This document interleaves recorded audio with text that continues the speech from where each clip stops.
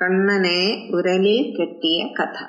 ഓം നമോ ഭഗവതേ വാസുദേവായ. കുട്ടികളെ, ഇന്ന് നമുക്ക് കണ്ണനെ ഉരലിൽ കെട്ടിയ കഥ പറയാം. യശോദ പതിവ് പോലെ വെളുപ്പിനെ എഴുന്നേറ്റ് പ്രഭാത കൃത്യങ്ങൾ കഴിച്ചു. പിന്നെ കുളിച്ചു വന്ന് ആടയാഭരണങ്ങളെല്ലാം അണിഞ്ഞു. എന്തിനാണ് ദിവസവും ആഭരണങ്ങളെല്ലാം അണിയുന്നതെന്നറിയാമോ? ഗോകുലത്തിലെ റാണിയല്ലേ യശോദ, നന്ദഗോപരുടെ റാണി. അവർ എപ്പോഴും നല്ല നല്ല ആടയാഭരണങ്ങൾ അണിഞ്ഞിരിക്കണം.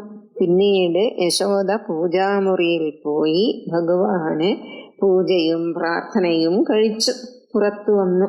ഇനി അടുത്ത ജോലി എന്താണ്? തൈര് കടയൽ. ഇത് വീട്ടമ്മയുടെ ജോലിയാണ്. യശോദ തൈര് കടയാനായി തൈര് കലവും കടക്കോലും എല്ലാം എടുത്തു വെച്ച് കടയാനായി ഇരുന്നു. ഇതിനു മുമ്പ് പാൽ കറന്നത് അടുപ്പിൽ വെച്ചിട്ടുണ്ടായിരുന്നു. തൈര് കടയാൻ തുടങ്ങിയതും കണ്ണനതാ എഴുന്നേറ്റ് അമ്മയുടെ അടുത്ത് വന്ന് നിൽക്കുന്നു. ഓ എന്റെ ഉണ്ണി, ഇത്ര വേഗം എഴുന്നേറ്റോ?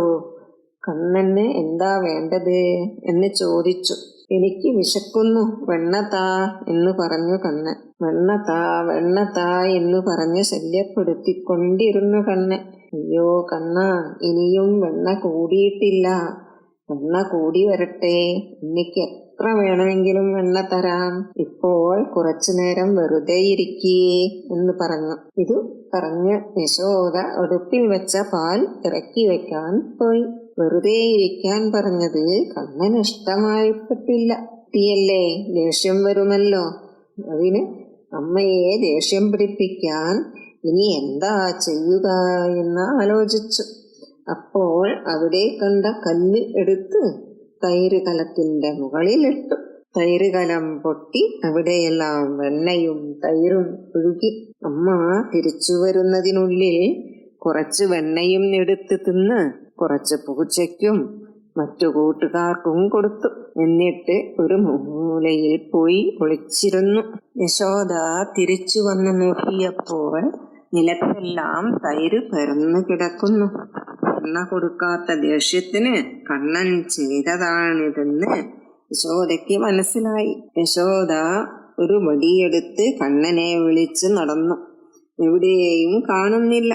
പിന്നീട് ഉരൽ വെച്ച ഭാഗത്തേക്ക് നോക്കുമ്പോൾ അവിടെ വെച്ചിരിക്കുകയാണ്.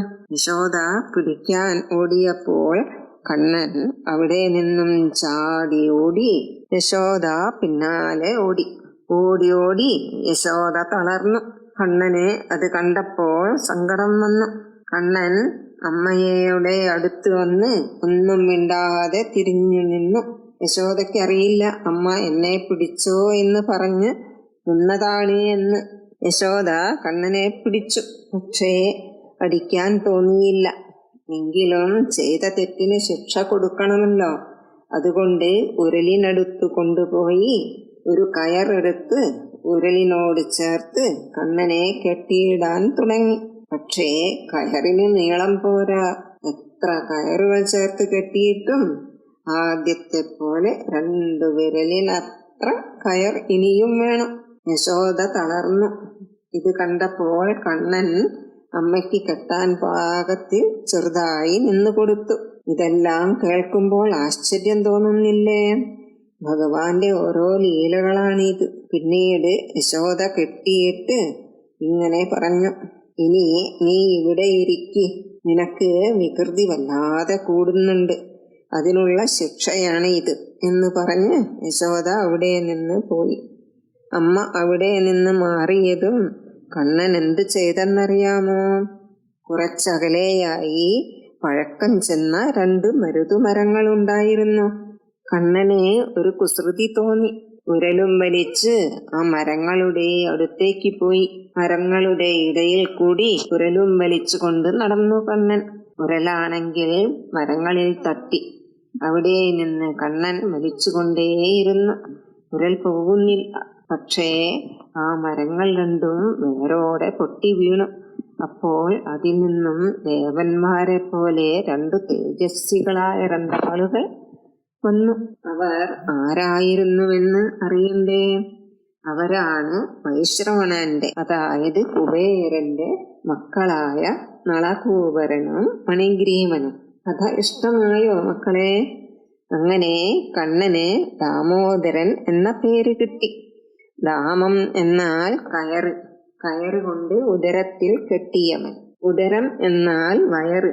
ഇങ്ങനെയാണ് ദാമോദരൻ ആയത്. മരം വീണ ശബ്ദം കേട്ട് ഗോപികമാരും ഗോപന്മാരും ഓടിവന്നു. മരം വീണു കിടക്കുന്നത് കണ്ടിട്ട് അവർ കുട്ടികളോട് ചോദിച്ചു, ഈ വലിയ മരങ്ങൾ ആരാണ് വീഴ്ത്തിയത് എന്ന്. യശോദാമ്മ കണ്ണനെ ഉരലിൽ ചേർത്ത് കെട്ടിയിരുന്നല്ലോ. കണ്ണൻ ആ ഉരലും വലിച്ച് പുറത്തേക്ക് പോയപ്പോൾ ഉരൽ മരത്തിൽ കുടുങ്ങി. അപ്പോൾ മരം പൊട്ടി വീണ് അതിൽ നിന്ന് 2 പേർ വന്നു. അവർ കൃഷ്ണനെ നമസ്കരിച്ച് വടക്കോട്ട് പോയി എന്ന് കുട്ടികൾ പറഞ്ഞു. അവർക്ക് അത് വിശ്വാസമായില്ല. എങ്കിലും അവരെല്ലാം വല്ലാതെ ഭയന്ന്. എന്തെല്ലാം അപകടങ്ങളാണ് ഗോകുലവാസികളുടെയും കുട്ടികളുടെയും പ്രത്യേകിച്ച് രാമകൃഷ്ണന്മാരുടെയും നേർക്കുണ്ടാവുന്നത് എന്ന് ചിന്തിച്ചു. എല്ലാവർക്കും സമാധാനമില്ലാതായി. എന്താണ് ഇതിനൊരു പോംവഴി എന്ന് ആലോചിക്കുകയാണ്. ഗോകുലത്തിൽ എല്ലാവരും അങ്ങനെ. നന്ദനും യശോദയും ഉണ്ണികളെ കൂട്ടി വീട്ടിലേക്ക് പോയി. ബാക്കി അടുത്ത ദിവസം പറയാം. സർവം കൃഷ്ണാർപ്പണമസ്തു.